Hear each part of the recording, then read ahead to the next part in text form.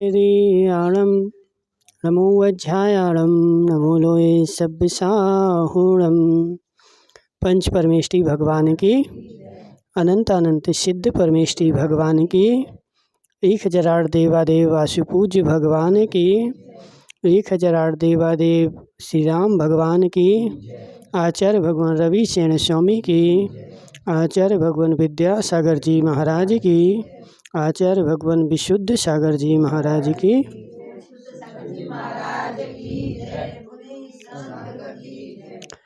यहाँ पर पद्म पुराण चल रहा है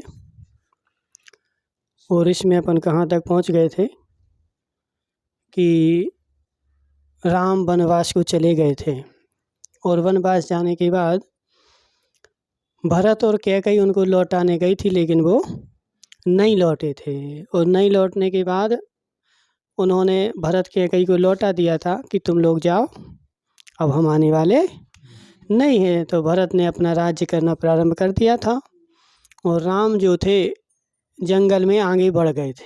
ठीक है, तो आगे बढ़ बढ़ के कहाँ पहुँचे, तो अथानंतर राम मनुष्यों के उपभोग के योग स्थानों से हटकर तपस्वियों के सुंदर आश्रम में पहुँच गए। कहाँ पहुँच गए?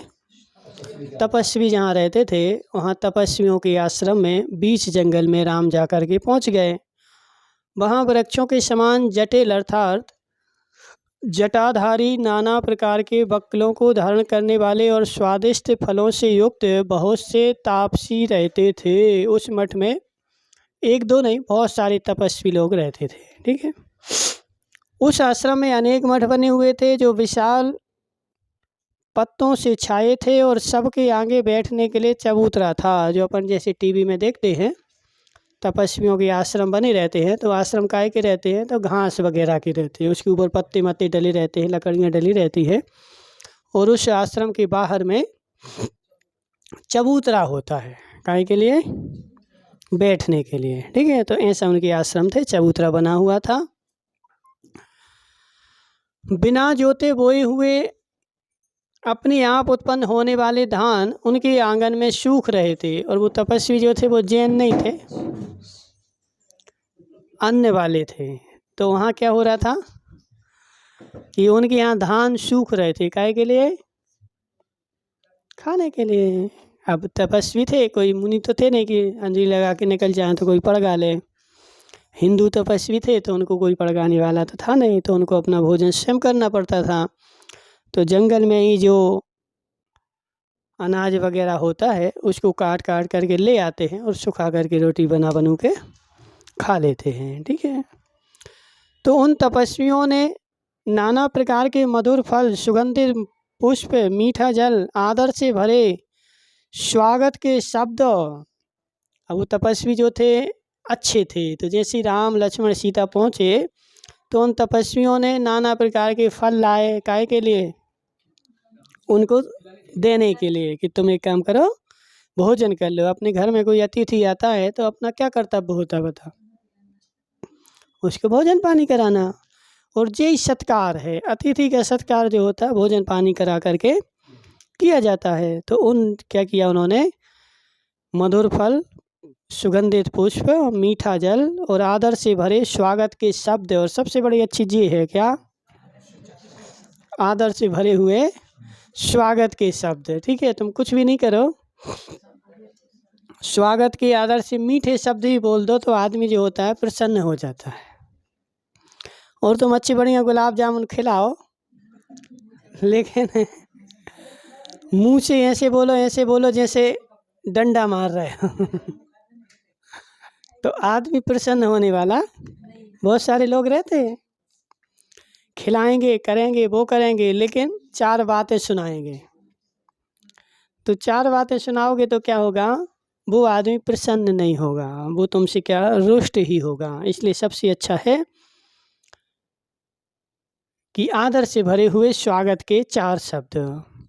अर्घ्य के साथ दिए गए भोजन और मधुर संभाषण, कुटी का दान, कोमल पत्तों की सैया आदि थकावट को दूर करने वाले उपचार से उनका बहुत सम्मान किया। उन्होंने क्या किया, अब बहुत दूर से आए कि तो थक गए थे तो उनके लिए कुटिया वगैरह उन्हें दे दी।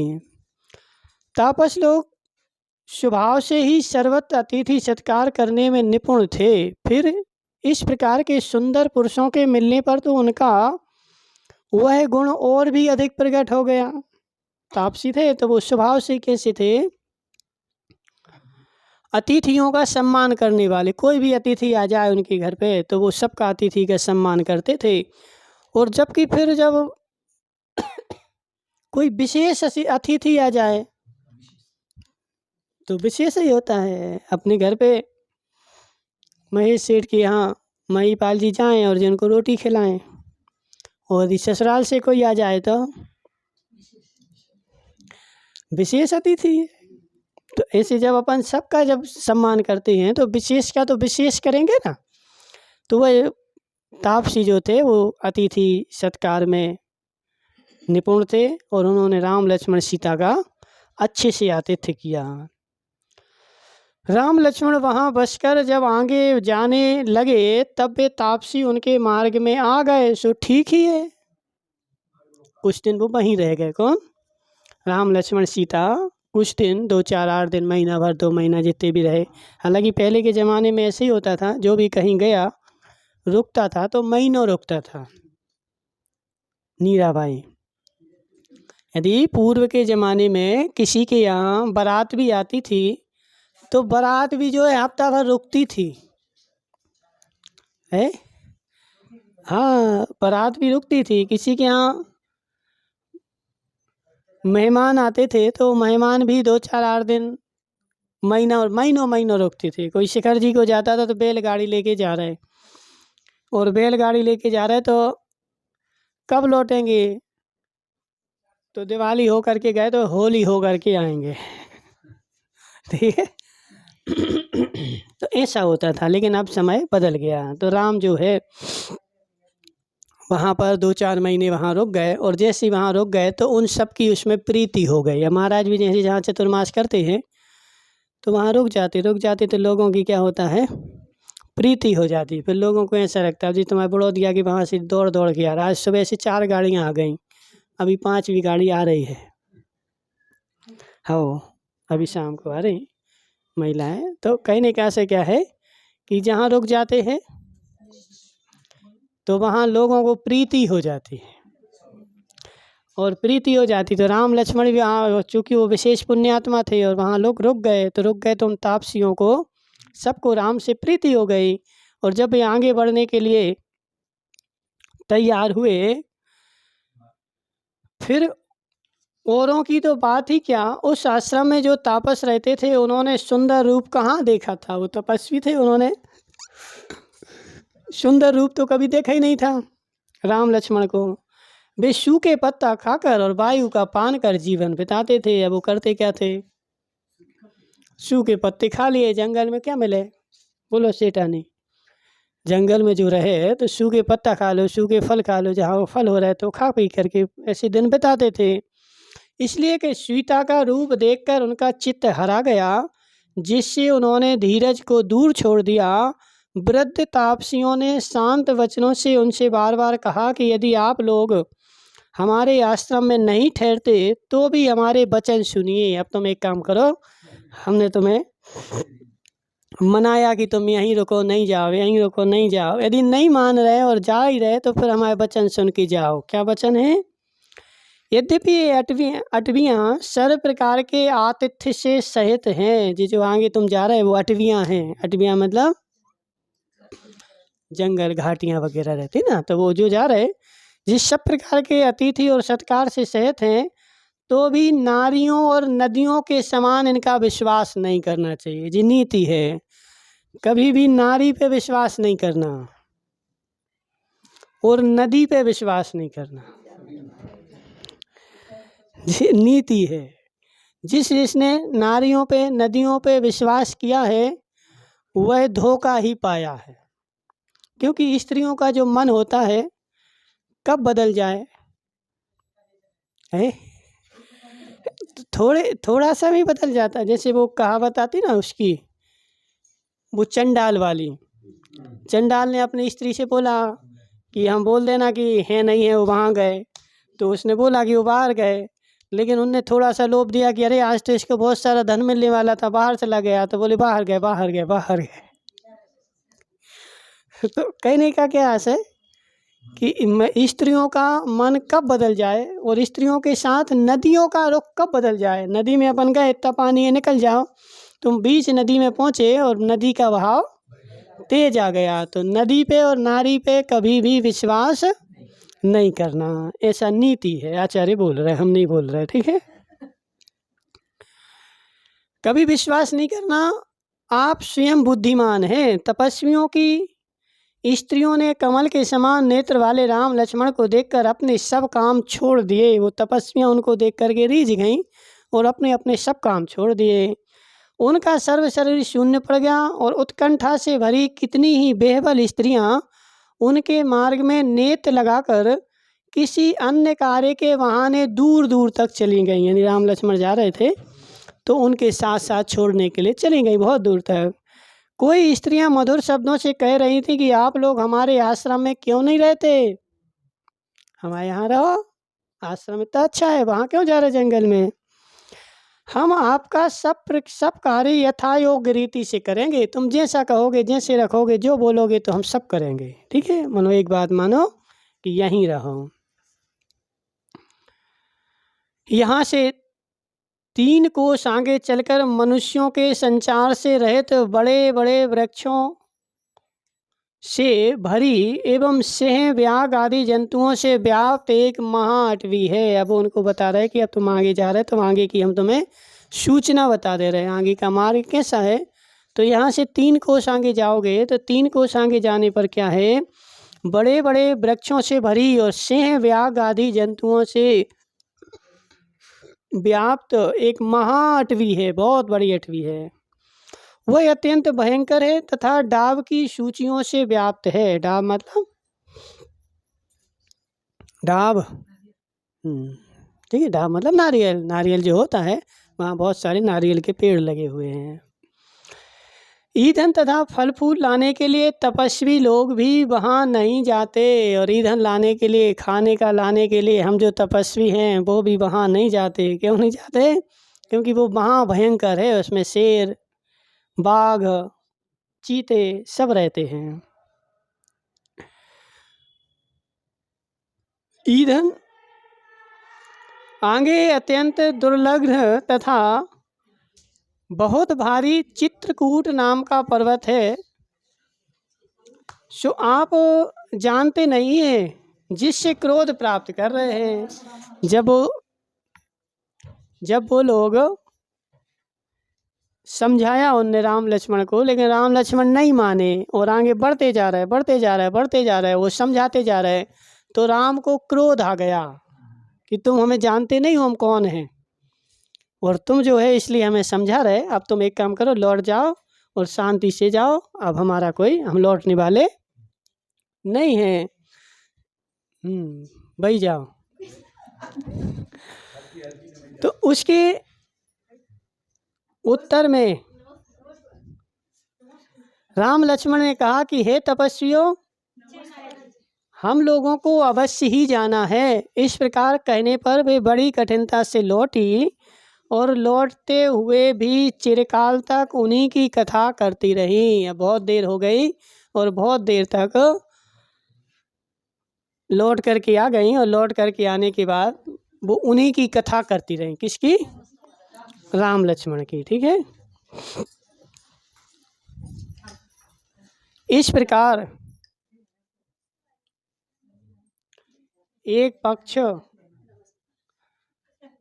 बीत गया, ठीक है। राम लक्ष्मण लौट करके आ गए, राम लक्ष्मण चले गए, तपस्वियाँ लौट के आ गई, और लौट के आने के बाद लगभग 15 दिन का समय बीत गया। और 15 दिन का समय बीत गया, लेकिन कई बार अपन के साथ ऐसा होता है कि अपन यात्रा के लिए जाते हैं, जाते 4 दिन के लिए हैं, लेकिन लौट के जब आते तो उसकी कथा महीना भर तक कहते हैं, कहते कि नहीं। कोई भी मिल जाए, अरे वहाँ हमने ऐसा किया था, वहाँ ऐसा मिला था, वहाँ ऐसा मिला था।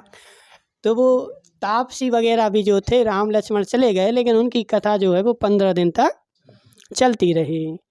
इस प्रकार 1 मास उस स्थान को पार कर मनुष्यों से भरे अत्यंत सुंदर अवंती देश में पहुंच गए। राम लक्ष्मण कौन से देश में पहुंच गए? अवंती। वह देश गायों की गर्दनों से बंधे घंटों के शब्द से परिपूर्ण था। यानी उस देश में क्या था? बहुत सारी गायें थीं। अब तो एक भी नहीं है। ठीक है, बड़ौदिया में किसकी आए? तो गाय वाली अम्मा के। ठीक है ना, गाय वाली अम्मा को छोड़ करके किसी के यहाँ गाय नहीं है। तो वहाँ पे इतनी सारी गायें थी कि सबके गले में घंटियाँ बनी थी और घंटियों से युक्त वह घंटियों की आवाज़ आ रही थी।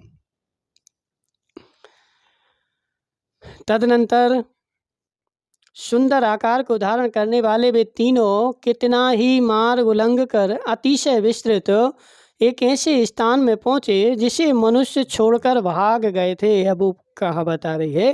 राम लक्ष्मण एक नगर में पहुँचे, जो नगर तो था बड़ा, लेकिन वहाँ के लोग जो थे वो भाग गए थे। कहाँ भाग गए थे? गांव को छोड़ करके दूसरे स्थान पर चले गए थे। एक बट वृक्ष की छाया में बैठकर विश्राम करते हुए परस्पर कहने लगे कि यहाँ मनुष्यों से रहित क्यों दिखाई दे रहा है। अब राम लक्ष्मण वहाँ बैठ गए बट वृक्ष की छाया में, और वहाँ दोनों आपस में चर्चा कर रहा है कि हे राम, हे लक्ष्मण, ये गांव तो इतना बड़ा है और इतना सारे मकान बने, लेकिन आदमी तो एक भी नहीं दिख रहा है।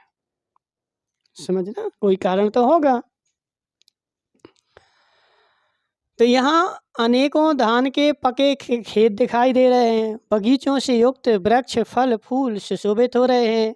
ऊंची नीची भूमि पर बसे गांव पोंड़ों और ईखों, पोंड़े जानते ना? पोंड़े, पोंड़े, पोंड़ा नहीं जानते? पोंड़ा और ईख,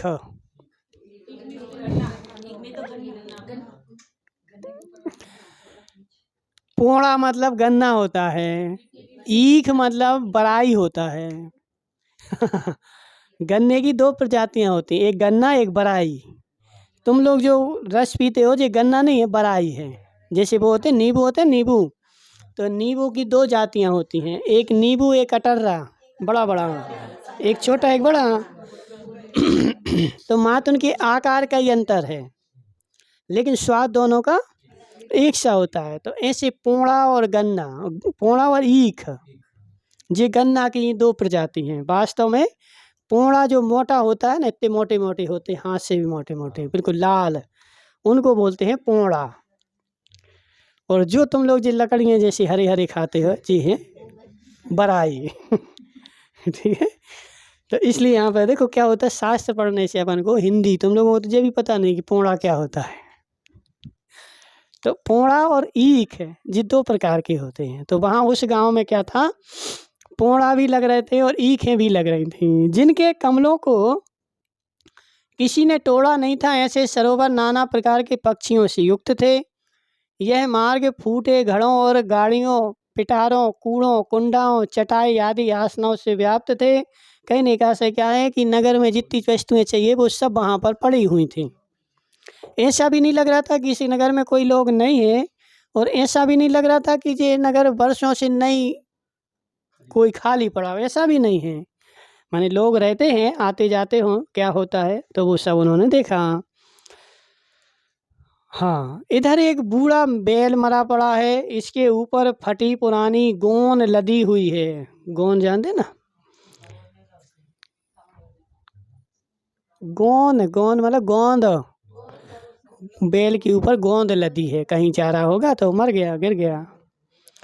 यह इतना बड़ा देश मनुष्यों से रहित हुआ ठीक उस तरह सुशोभित नहीं होता जिस प्रकार की कोई दीक्षा लेने वाला साधु विषयों की आसक्ति में पड़कर सुशोभित नहीं होता। कोई साधु है और साधु ने क्या किया, दीक्षा ले ली, घर छोड़ दिया, और फिर क्या कर रहा है, विषयों में पड़ गया। तो साधु विषयों में पड़ा सुशोभित नहीं होता, शोभा नहीं देता। तो ऐसे आचार्य बोल रहे हैं कि यह गांव बिना मनुष्यों के शोभा को प्राप्त नहीं होता। तदनंतर देश के उजड़ होने की चर्चा करते हुए राम अत्यंत कोमल स्पर्श वाले रत्न कंबल पर बैठ गए और पास ही उन्होंने अपना धनुष रख दिया, जो प्रशस्त चेष्टा के धारक और प्रेम रूपी जल की मानो वापिका थी। ऐसी सीता कमल के भीतरी दल के समान कोमल हाथों से शीघ्र ही राम को रात्रि में विश्राम दिलाने के लिए उनका पाद का मर्दन करने लगी, यानी पैर दबाने लगी। तब आदरपूर्ण क्रम से जानने वाले लक्ष्मण बड़े भाई की आज्ञा प्राप्त कर सीता को अलग कर स्वयं उनके पांव दबाने लगे। और राम ने लक्ष्मण से कहा कि हे भाई, अब जब वो पैर दबा रहे थे तो राम ने उनसे लक्ष्मण से कहा कि हे भाई, तेरी ये भावज जो है बहुत थक गई है, इसलिए शीघ्र ही किसी गांव, नगर या अहीरों की बस्ती, अहीर जानते ना, अहीर ग्वाले, यादव को अहीर बोलते हैं, ठीक है। तो अहीरों की बस्ती को देखो। तब लक्ष्मण एक बड़े वृक्ष की शिखर पर चढ़ा और राम ने उससे पूछा कि क्या यहाँ कुछ दिखाई देता है। तो लक्ष्मण ने कहा कि हे देव, जो चांदी के पर्वत के समान है, शरद ऋतु के बादलों के समान ऊंचे हैं, शिखरों से सुशोभित हैं, जो ऊपरी तन अग्रभाग पर जिन प्रतिमाओं से सहित हैं, उत्तम बगीचों से युक्त हैं तथा जिन पर सफ़ेद ध्वजा फहरा रही है, ऐसे जिन मंदिरों को देख रहा हूँ। वो पेड़ के शिखर पे चढ़ गए। तो जी बताओ कि तुम्हें कुछ दिख रहा क्या आसपास? तो हमें दिख रहा है। क्या दिख रहा है? जिन मंदिर दिख रहे हैं, सफ़ेद कलर के ऊंचे ऊंचे शिखरों से युक्त जिन मंदिर दिख रहे हैं। उत्तम बगीचों से, और जिन पर सफ़ेद ध्वजा फहरा रही है। तो जी सफ़ेद ध्वजा फहरा रही थी। और वास्तव में ऐसे ही होता है। अपन तुम आप जी अलग अलग क्षेत्रों में जाओ तो अलग अलग प्रकार की ध्वजाएं, रंग बिरंगी, आजकल तो शिखर भी लोगों ने रंग बिरंगे कर दिए। लेकिन शिखर जो है नीरा भाई, सफ़ेद ही होना चाहिए। वाइट शिखर हो, बिल्कुल प्लेन सफ़ेद, ठीक है। सफ़ेद शिखर हो, उस पर सफ़ेद ध्वजा लगी हो। अब ध्वजा में ऐसा कोई नियम नहीं है कि तुम पचरंगी लगाओगे तो जैन की हो गई कि वो अजैन की हो गई, ऐसा कोई शास्त्र में उल्लेख नहीं है। वो तो अपन एक लोक व्यवहार को देख करके कर दिया कि इनने ऐसी लगाई तो हम ऐसी नहीं लगाएंगे, ठीक है। आज से हमने पुराने देखा है, आगम में भी लिखा है कि आगम में षटकोण की ध्वजा का वर्णन आया है। आगे से कटी हुई, जैसे पीतल की रहती ना, तो ऐसी आगे से ऐसी कटी हुई ऐसी ध्वजा लगाओ। इस जैसी तुम लोग लगाते इसका भी वर्णन है जी, बड़ी ध्वजा कहलाती है। और छोटी ध्वजा में आयताकार जो फहराने वाली है, ठीक है। तो ऐसी सब प्रकार की ध्वजाएं लगती हैं। परंतु नगर तो बसा हुआ है, लेकिन उसमें एक भी आदमी दिखाई नहीं दे रहा है। क्या यहाँ की प्रजा अपने समस्त परिवार के साथ नष्ट हो गई है, अथवा क्रूर कर्म करने वाले म्लेच्छों ने उन्हें बंदी बना लिया है? बहुत दूर एक पुरुष जैसा आकार दिखाई देता है। अब लक्ष्मण बोल रहे कि इस नगर तो पूरा भरा भरा है दिख रहा है, लेकिन एक भी आदमी नहीं दिख रहा है। तो हो सकता है म्लेच्छों ने बंदी बना लिया हो, या लोग मर गए हों, तो ऐसा हो सकता है। लेकिन थोड़ी देर बाद उन्होंने जब ध्यान से देखा तो उनको एक आदमी दिखा जो दूर से ऐसा लग रहा था कि ठूंठ हो। ठूंठ जानते हैं ना? ठूंठ ठूंठ मतलब जिस पेड़ को पूरा काट देते हैं फिर जला देते हैं तो वो थोड़ा सा कड़ा रहता है, उसको ठूंठ बोलते हैं। तो ठूंठ है कि मनुष्य है? फिर गौर से देखा तो नहीं नहीं, ये मनुष्य ही है, क्योंकि उसकी प्रकृति चंचल है। वो मनुष्य है क्योंकि हिल डुल रहा है तो मनुष्य है। परंतु यह नहीं कहा जा सकता कि ये जा रहा है कि आ रहा है। खूब दूर है तो दूर से ये पता नहीं चल रहा कि वो आदमी आ रहा है कि जा रहा है। कुछ देर तक गौर से देखने के बाद लक्ष्मण ने कहा कि हाँ हाँ, यह आ रहा है, यही जान पड़ता है। अच्छा, मार्ग पर आने दो, तभी इससे विशेषता के विषय में जान सकूँगा। तो लक्ष्मण ने उतर आए नीचे और क्या बोल रहा है कि अब एक काम करो, इसको आ जान दो, यहीं आ जान दो। जब यहाँ आ जाएगा तो क्या करेंगे, इससे विशेषता पूछेंगे, गांव के बारे में सब पूछ लेंगे। लक्ष्मण ने फिर देखकर कहा कि यह पुरुष मृग के समान भयभीत होकर शीघ्र ही आ रहा है। इसके सिर के बाल रूखे और खड़े हैं, दीन हैं, इसके शरीर में मैल से दूषित है, पसीना झर रहा है, पूर्व उपार्जित पाप कर्म दिख रहा है। और इसका शरीर कैसा है, जिसके पाप कर्म का उदय आ जाए तो एक नियम है, उसके बाल जो हैं वो रूखे हो जाएंगे, खड़े हो जाएंगे, चमड़ी उसकी रूखी हो जाएगी। पापी आदमी के, ठीक है ना। तो ऐसा नियम रहता है। कभी भी देखना कोई आदमी ऐसा हो तुम्हारे गांव में जो पहले अमीर था अब गरीब हो गया है, कोई नहीं है, है? नहीं रहते हैं। तो जब वो अमीर था तब उसकी शक्ल कैसी थी और गरीब हो गया तब उसकी शक्ल कैसी है। जब अमीर था उसके बाल वगैरह अच्छे थे, मुलायम थे, लेकिन जब वो पुण्यहीन हो जाएगा तो उसके बाल वगैरह ये सब रूखे हो जाएंगे, खड़े हो जाएंगे। बहुत सारा दबाता है लेकिन नहीं खड़े बैठते, समझ रहे ना। तो ये पुण्यहीन की पाप कर्म का प्रभाव है। राम ने लक्ष्मण से कहा कि इसे शीघ्र ही यहाँ बुलाओ। राम ने सुना तो बोला इसको यहाँ पे बुलाओ। तब लक्ष्मण नीचे उतरकर आश्चर्य के साथ उसके पास गए और लक्ष्मण को देखकर उस पुरुष को रोमांच उठ गए। रोमांच उठ गए मतलब रोमांच उठ गए है क्या, फुंसियाँ हो गई?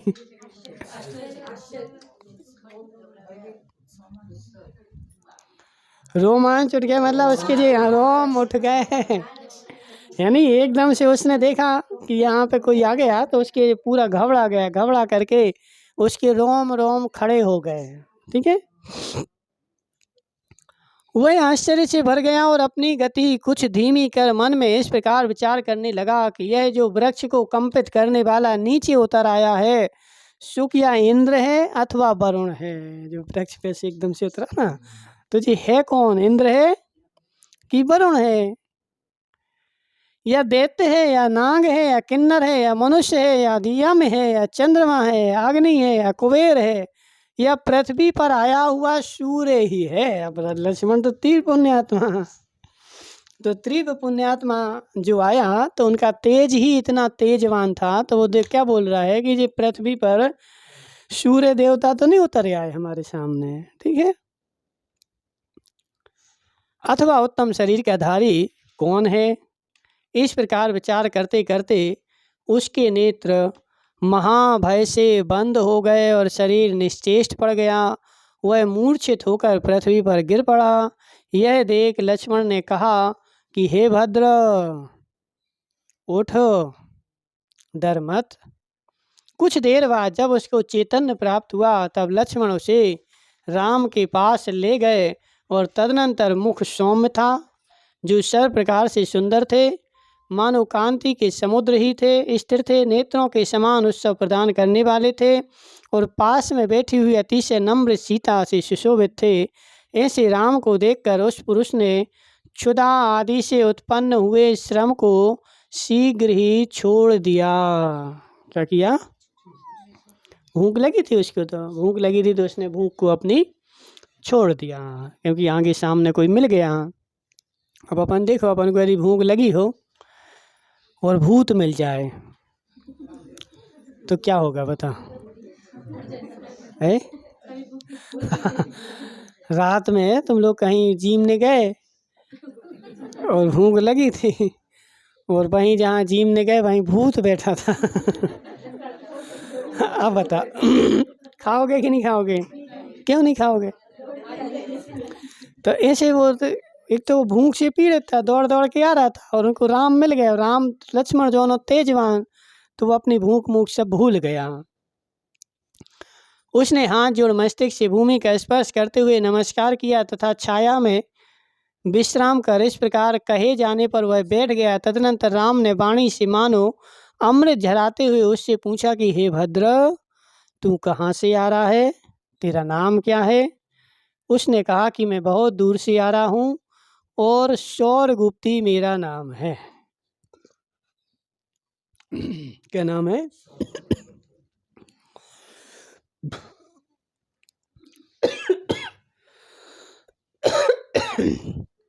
यह देश मनुष्यों से रहित क्यों है? राम ने ऐसे पूछा। इस प्रकार राम के पूछने पर वह पुनः कहने लगा कि जिसने अपने प्रताप से बड़े बड़े सामंतों को नम्रीभूत कर दिया है तथा जो देवों के समान जान पड़ता है, ऐसा सिंहोदर नाम से प्रसिद्ध उज्जैनी नगरी का राजा है। ओम नमः सिद्धिभ्यां।